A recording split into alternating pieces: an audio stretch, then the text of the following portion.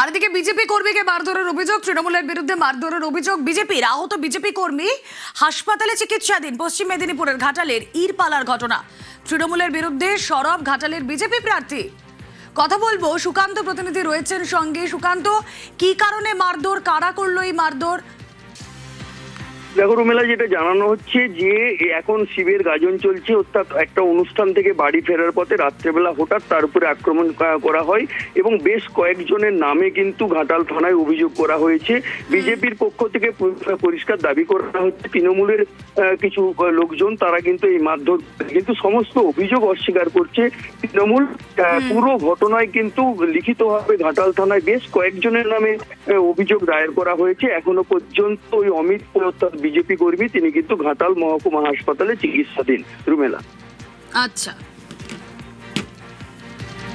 আমাদের অঞ্চল কনভেনর এবং পঞ্চায়েত সমিতির মেম্বার অমিত পৌরকে তৃণমূল চক্রান্ত করে রাতের অন্ধকারে মেরে ফেলার চক্রান্ত করে, মারধর করে, নাক ফাটিয়ে দেওয়া হয়, রড তালা দিয়ে মারধর করা হয়। একাধিক তৃণমূলের নেতা, প্রায় 20-25 জনের বেশি হবে, পরিকল্পনা করে ওনাকে মেরে ফেলার চক্রান্ত করেছে।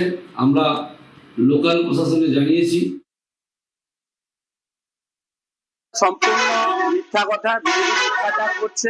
বিজেপির উন্নয়ন নিয়ে কিছু বলার নেই। ওই অঞ্চলে বিজেপি ক্ষমতায় আছে, ওদের একটু পেশি শক্তি আছে, তো ওরা এই ধরনের ইনস্টিগেট করবে। আমি আমার কর্মী সমর্থকদের অনুরোধ করছি, আপনারা শান্ত থাকুন, রেস্টেন্ট থাকুন। ভোটটা আমাদের করাতে হবে, আমরা জিতছি 15 থেকে 20,000 ভোটে। আর শীতল বাবু যে ধরনের ইনস্টিগেশন করুন, তার কর্মী সমর্থকদের উত্তেজিত করুন, কিছু লাভ হবে না।